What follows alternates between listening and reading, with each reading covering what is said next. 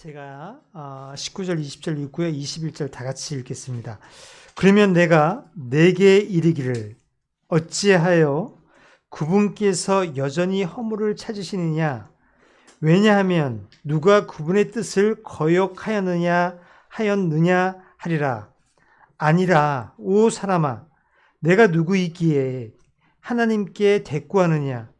지음을 받은 것이 자기를 지으신 그분께 이르되 어찌하여 당신은 나를 이같이 만들었소 하겠느냐. 우리 21절 다 같이 읽겠습니다. 시작. 토기장이가 같은 진흙 덩어리로 그릇 하나를 만들어 종귀에 이르게 하고 다른 하나는 수치에 이르게 할 권능이 없겠느냐. 아멘. 택하심에 따른 하나님의 목적, 오늘 두 번째 시간입니다. 택하심에 따른 하나님의 목적. 우리 지난 시간에는 하나님께서 이 자신의 주권으로 파라오를 강팍하게 만드셨음을 우리는 보았습니다. 물론 그 파라오는 하나님의 계획 그 속으로 들어갔을 뿐입니다. 자신의 그 선택으로 그 하나님의 계획 속으로 들어간 거죠. 하나님은 자신의 택하심, 그 주권으로 그렇게 일을 하십니다. 그래서 이 예정론을 말한 사람들은 오늘 방금 읽은 19절처럼 하나님께 따지는 그런 입장을 가집니다. 하나님께서 하셨는데 우리가 무엇을 할 수 있습니까? 내가 구원받은 것을 내가 어떻게 알 수 있습니까? 하나님이 다 하셨는데요. 라고 주장합니다. 자, 그러면 어떻게 되는가? 그것으로 인해서 그들이 어떻게 됩니까? 자신이 범한 죄에 대해서 책임지지 않으려고 할 것입니다. 하나님께서 다 계획하시고 이루셨고 또 다 이루어 가시는데 저의 선택은 뭐 별 의미가 없지 않나요? 그럼에도 하나님께서 저에게 허물을 찾으시는 것은 부당합니다. 라고 여기 오늘 나온 본문 말씀처럼 그렇게 따지게 될 겁니다. 또한 제가 잘못한 선택을 하고 악을 행해도 결국 하나님께서 계획하신 대로 다 이루어지는데 제가 하나님의 뜻을 거역한 것인가요? 자, 이렇게 질문한다는 거죠. 자, 여러분, 우리 사람의 어떠한 기발한 사상이나 논리라 할지라도 하나님의 주권에 대항하는 그 모든 것들은 어리석은 것일 뿐입니다. 하나님은 창조주시고 사람은 피조물이기 때문입니다.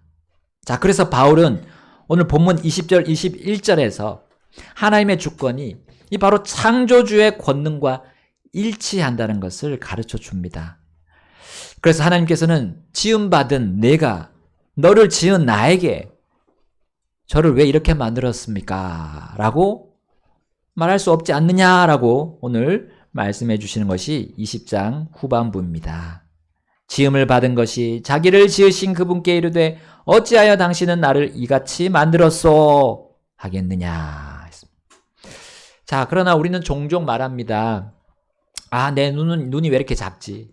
혹은 내 눈이 왜 이렇게 크지? 내 코는 왜 이렇게 주저앉았지? 내 코는 왜 이렇게 빨래 방망이처럼 큰지? 불평하면서 만족하지 못하는 그런 일들이 벌어지곤 합니다. 이거 하나님께서 우리를 만드신 하나님께서 따지는 거예요. 이렇게 하면 안 됩니다. 이렇게 하면 안 되는 거죠. 하나님을 잘 모르고 우리가 어린 시절 많이 그렇게 했던 기억이 있습니다. 왜 창조주 하나님은 세상을 이런 식으로 운영하십니까? 왜 죄 없는 사람들을 이 전쟁을 허락하셔가지고 즉사하게 놓아두십니까? 왜 천재지변을 일으키셔가지고 사람들이 순식간에 또 죽어나가게 합니까? 라고 따지는 것은 그렇게 따지면 따질수록 오히려 자신을 스스로 완악하게 만들 뿐입니다. 하나님은 구약 성경에서도 말씀하셨듯이 신약 성경에서도 자신에 대해서 이렇게 소개하십니다. 아까 우리 로마서 9장 21절 토기장이가 같은 진흙 덩어리로 그릇 하나를 만들어 존귀에 이르게 하고 다른 하나는 수치에 이르게 할 권능이 없겠느냐. 자, 이 말씀 예레미야서에도 하나님이 먼저 말씀하셨어요. 예레미야서 18장 4절부터 6절에 이렇게 말씀합니다. 그 토기장이가 진흙으로 만든 그릇이 자기 손 안에서 손상되었더라.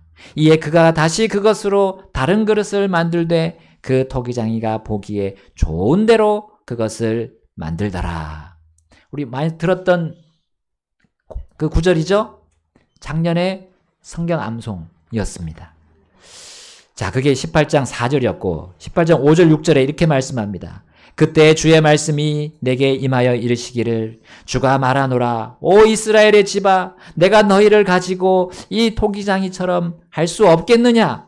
보라, 오 이스라엘의 집아, 진흙이 토기장의 손안에 있듯이 너희가 내 손안에 있느니라. 창조주의 주권은 모든 것을 만드신 그 목적을 이루는 권한조차 포함되고 있음을 우리는 당연히 알 수 있지 않습니까? 그 모든 일을 창조주께서 하시면서 오직 악이 아니라 선을 이룰 권능을 가지고 있음도 당연하지 않습니까? 우리 사람들의 이해와 사람들의 생각을 뛰어넘는 것이 바로 이 하나님의 주권입니다. 주권자이신 하나님의 권한에 대해 이 사람이, 피조물인 사람이 왈가왈부한 일은 정말로 어리석은 일임을 우리 바울을 통해서 알려주십니다. 사람들이 죽어나가는 현실, 하나님이 결코 그것을 모르지 않으십니다. 전쟁들로 재난들로 인해 사람들이 비명횡사하는 것, 이것도 아무 이유 없이 그렇게 허락하지 않으시는 분이 하나님이십니다. 하나님은 주권, 그분이 가진 주권이 완전하고 그 주권은 반드시 하나님의 선을 이루는 거예요. 로마서 9장 22절 이렇게 말씀합니다. 우리 함께 읽어보겠습니다. 로마서 9장 22절 시작. 만일 하나님께서 자신의 진노를 보이시고 자신의 권능을 알리시려고 파멸시키기에 합당한 진노의 그릇들을 심히 오래 참으심으로 인내하시고. 아멘. 우리 사람들이 죽어나가는 일 속에 분명히 있었던 것은 바로 그 진노를 발하시기 전에 하나님의 심히 오래 참으심, 심히 큰 인내가 있었다는 거죠. 그 오래 참음과 그 인내는 그 어떤 사람도 그 오래 참음과 그 인내도 능가합니다. 자, 가부좌를 틀고 벽을 쳐다보고 평생 동안 이렇게 돌을 닦는 승려가 있다고 합니다. 그 사람은 불교도들 뿐만 아니라 어떤 다른 사람들에게도 이 고행을 하는 어떤 종교인들에게도 위대한 자로 대접을 받지 않나요? 그러나 그들의 오래 참음은, 그들의 인내는 하나님에 비하면 세 발의 피도 되지 않습니다. 사람은 오래 참아봐야 7, 80년입니다. 그러나 하나님은 수천 년을 참으십니다.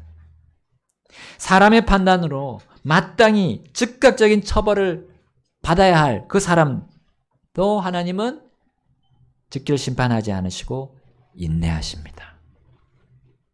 자, 그것을 무엇으로 하나님은 드러내셨습니까? 골고다에서 흘리신 그리스도의 피로 드러내셨습니다. 그러므로 그분의 피는 고귀합니다. 누구도 흉내낼 수 없는 인내를 담고 있습니다. 순식간에 죽는 자들을 보면서 하나님을 향해 불만을 터뜨리면서도 사람들은 그 일상을 멈출 수밖에 없어요. 그리고 큰 두려움에 빠질 수밖에 없습니다. 또한 우리가 사람이 공통적으로 당하는 인생의 시련으로 인해서 사람들이 어떻습니까? 큰 공경에 빠질 때 그들은 자신의 삶을 되돌아볼 수 있는 여유가 생깁니다. 하나님께서 창조주로서 그 주권을 발휘하실 때 바쁘게 살던 사람들이 일시정지돼요. 그리고 자신이 혹시 진노의 그릇인지를 돌아볼 수 있는 기회가 주어지는 겁니다. 이러한 선하신 하나님의 주권적인 계획 안에서 심히 오래 참으시고 인내하시는 분이 바로 하나님이십니다. 또한 진노의 그릇들에서 긍휼의 그릇들로 바꾸시려는 그 자신의 주권적인 계획을 보여주고 알려주시는 그 순간이 바로 그 진노하실 때입니다.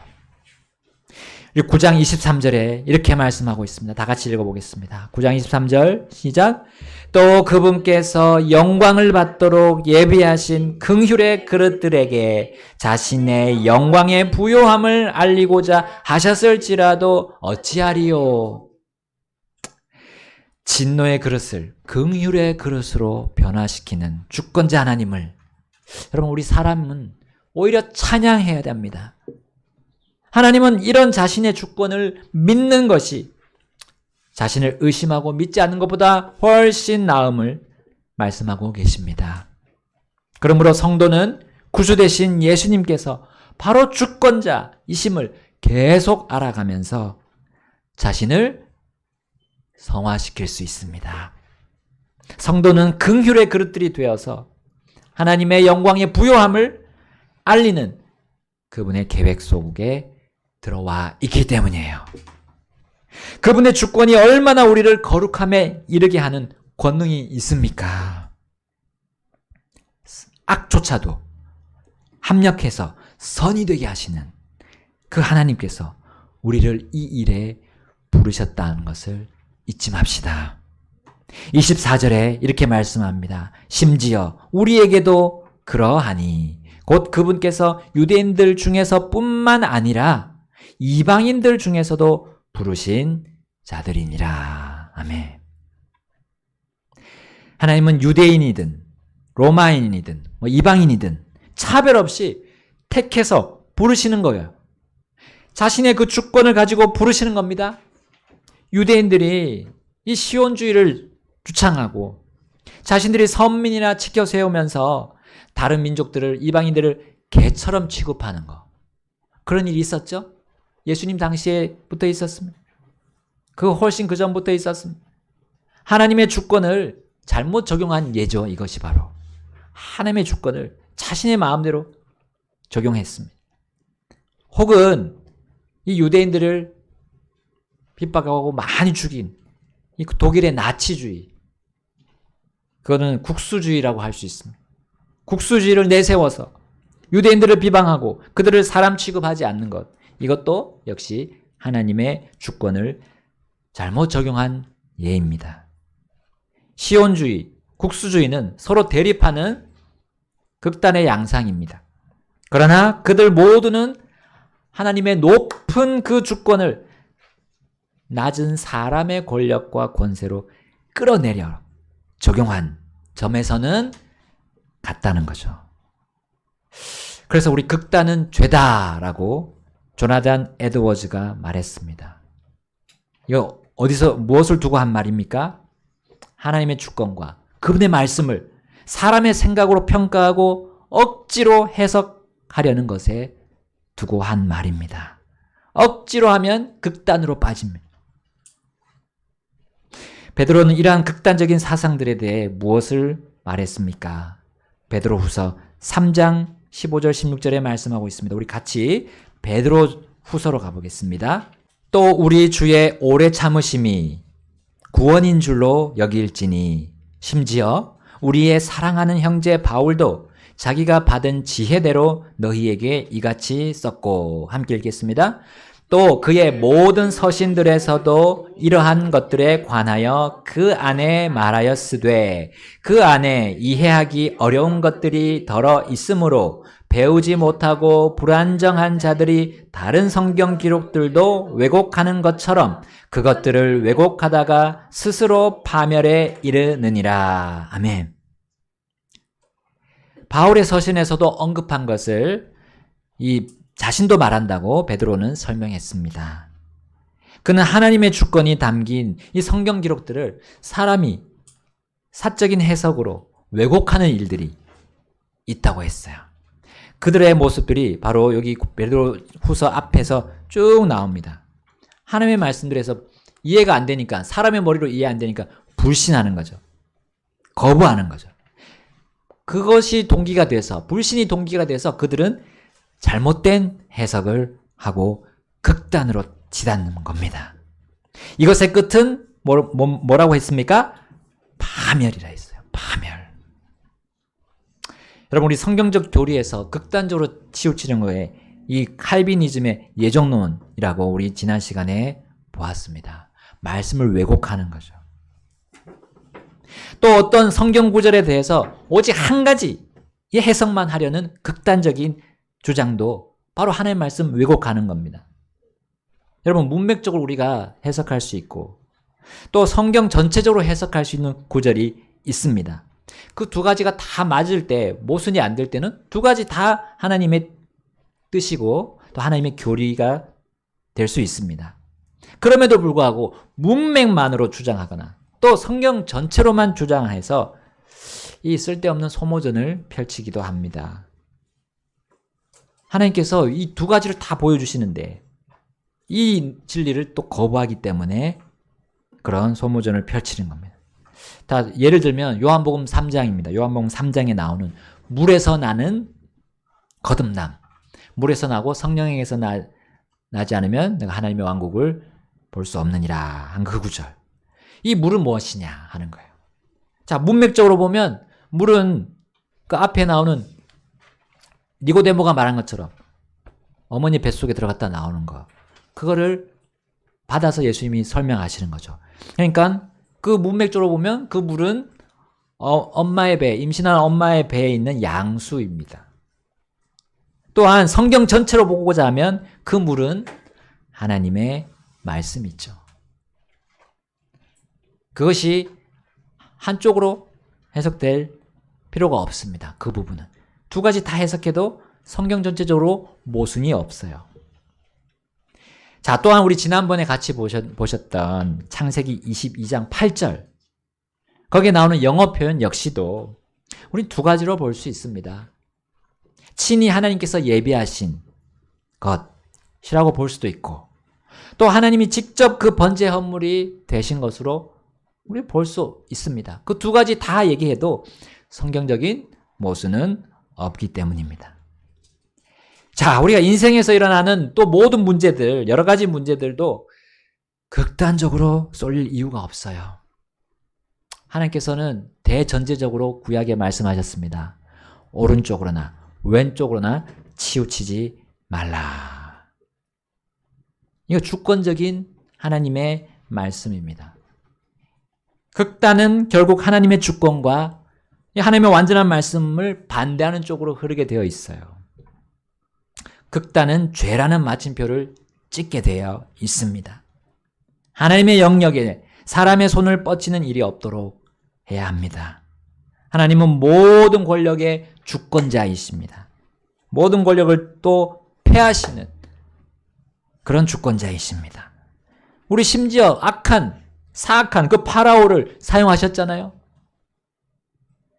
그리고 로마 시대 그 악한 황제 네로를 사용하셨습니다.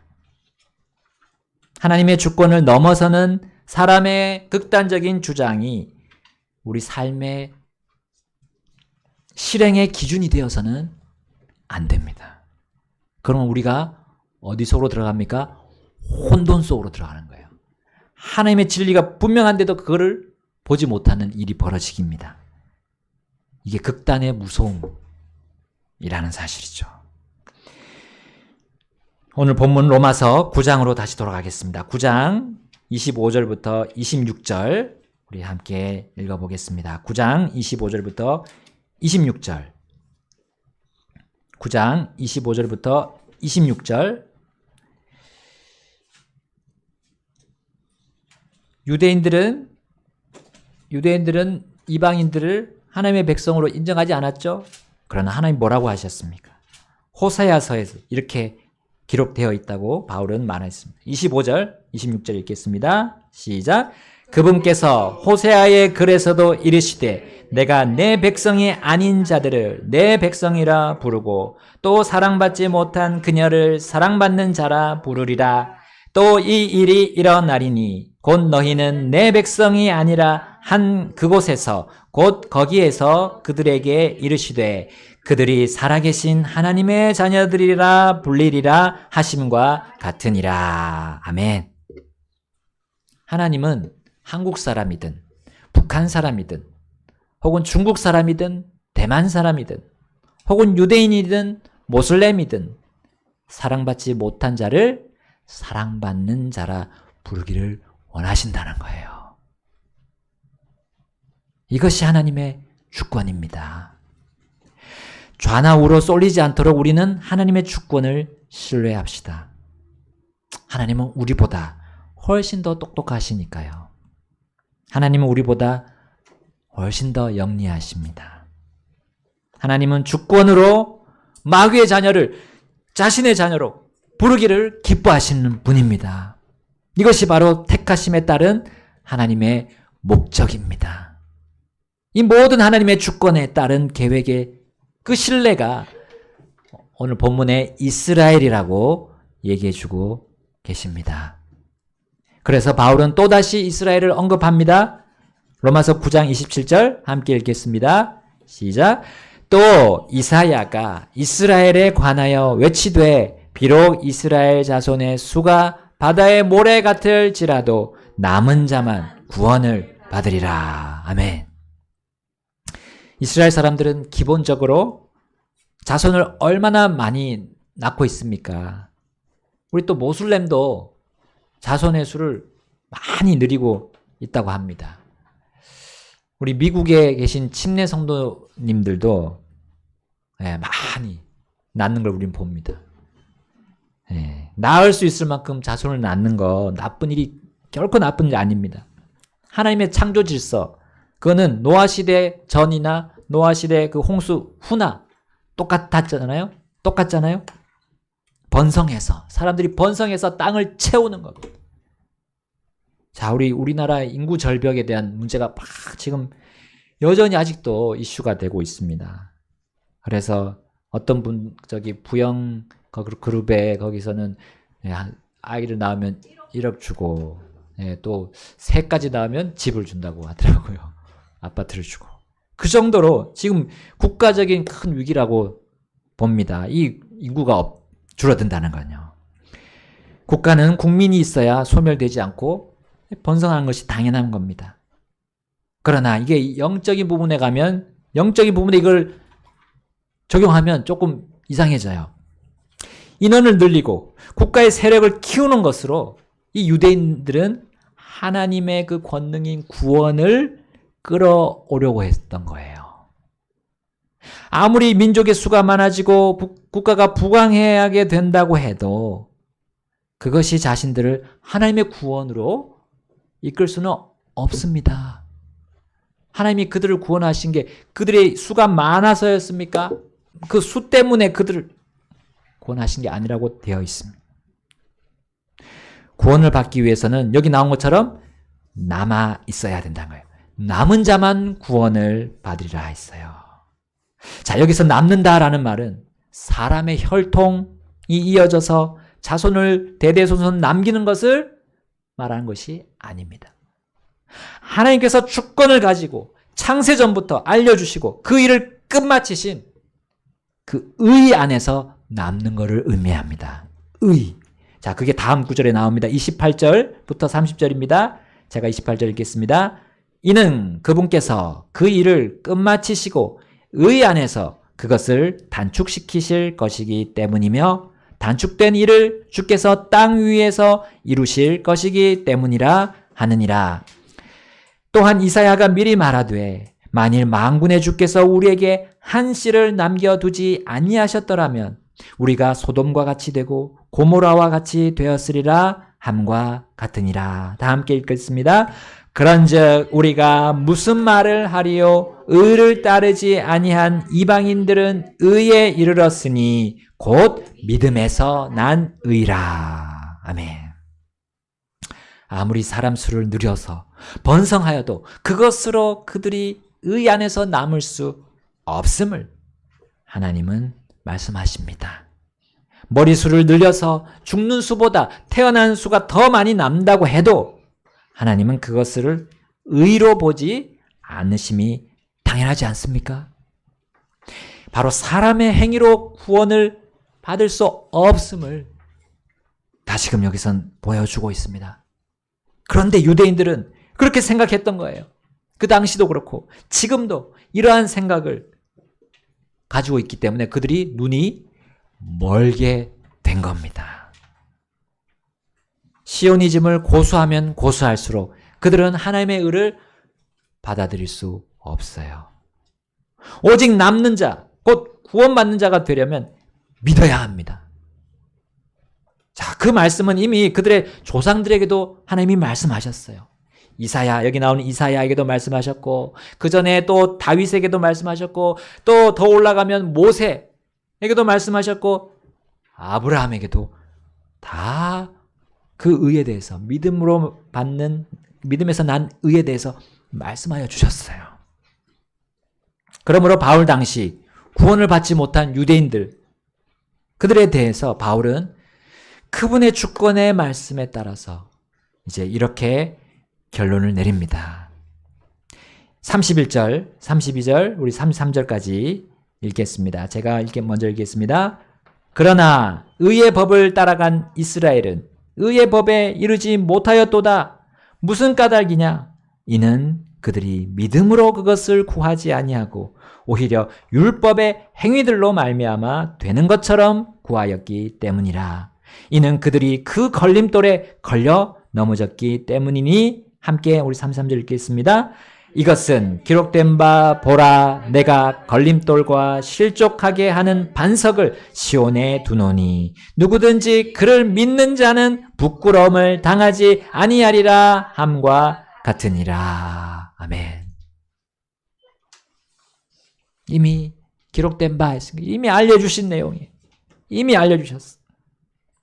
예수님 당시에 그분을 구주로 믿지 않는 유대인들 역시 알았지만 믿지 않았기 때문에, 율법의 행위들로 하려고 했기 때문에, 그리고 그 도시 시온이란 그 도시 예루살렘만 붙잡는 것으로 그들은 구원받는 것처럼 남으려고 하는 것, 남는 자가 되려고 했던 거예요. 사람의 술수, 또 극단적인 주장들, 그것들은 거짓된 번영과 거짓된 의로움을 얻으려고 하는 거예요. 그것은 하나님께서 주신 그 주권을 인정하지 않는 그런 태도에서 나온 겁니다. 그들은 긍휼의 그릇들이 아니라 진노의 그릇들이 되고 말았어요. 택하심에 따른 하나님의 목적의 실체이신 주 예수 그리스도께서 그들에게는 걸림돌이 되었던 겁니다. 걸림돌. 또 실족하게 하는 반석이 되셨던 거예요. 그러나 이방인인 우리는 어떻게 됐습니까? 믿음에서 난 의를 얻고 우리 하나님의 씨에, 하나님의 자녀에 우리 속하게 되지 않았습니까?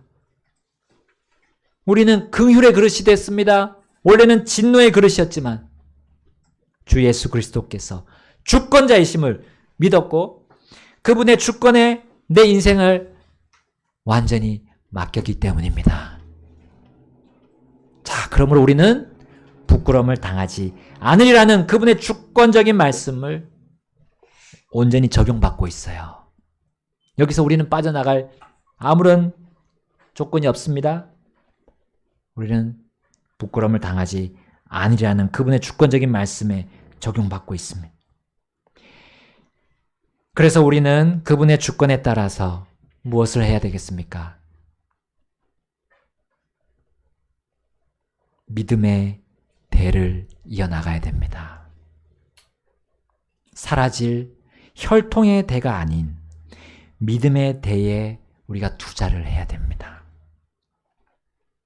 왜냐하면 믿음의 대는 사라지지 않습니다. 그 누구도 건드릴 수 없는 하나님의 주권이 그 믿음의 대를 보장하기 때문이에요. 이 주님으로부터 시작한 그 교회가 지금 2000년 지나까지 계속 존재할 수 있었던 여러분 그 역사적인 성경 물론이지만 그 역사적인 증거가 다 있잖아요. 그렇게 핍박받고 화형당하고 수장당하고 했던 그 교회들이 사라지지 않고 지금도 있어요. 개신교회라고 불리지 않아도 되는 그 하나님의 무리들이 지금 있습니다. 하나님의 보존하신 이 말씀을 숫자에 상관없이 붙잡고 믿음으로 가는 우리 강릉 믿음 침례교회가 있습니다. 이 믿음의, 이 귀중한 믿음의 대를 우리 이어가야 됩니다. 그러기 위해서는 우리 믿음의 창시자요, 믿음의 완성자이신 예수님을 바라보는 겁니다. 예수님은 누구와 함께 일하십니까? 성령님, 우리 성령님과 함께 일하십니다. 성령님은 좌우로 치우치지 않습니다. 하나님 말씀에 있는 거 그대로 우리에게 전해주십니다. 우리는 그거에 그냥 따라가면 됩니다. 성령님이 누구보다도 지혜롭습니다. 세상 그 어떤 사람들보다도 뛰어나십니다. 그러면 우리가 결코 후회하지 않습니다. 걸려 넘어지지 않습니다.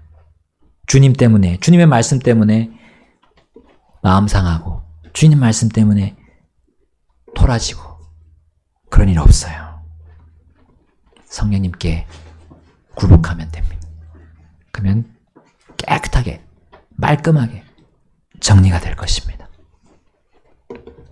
이 시간 다 같이 우리 주님 앞으로 나가셔서 결단하는 기도 하시겠습니다.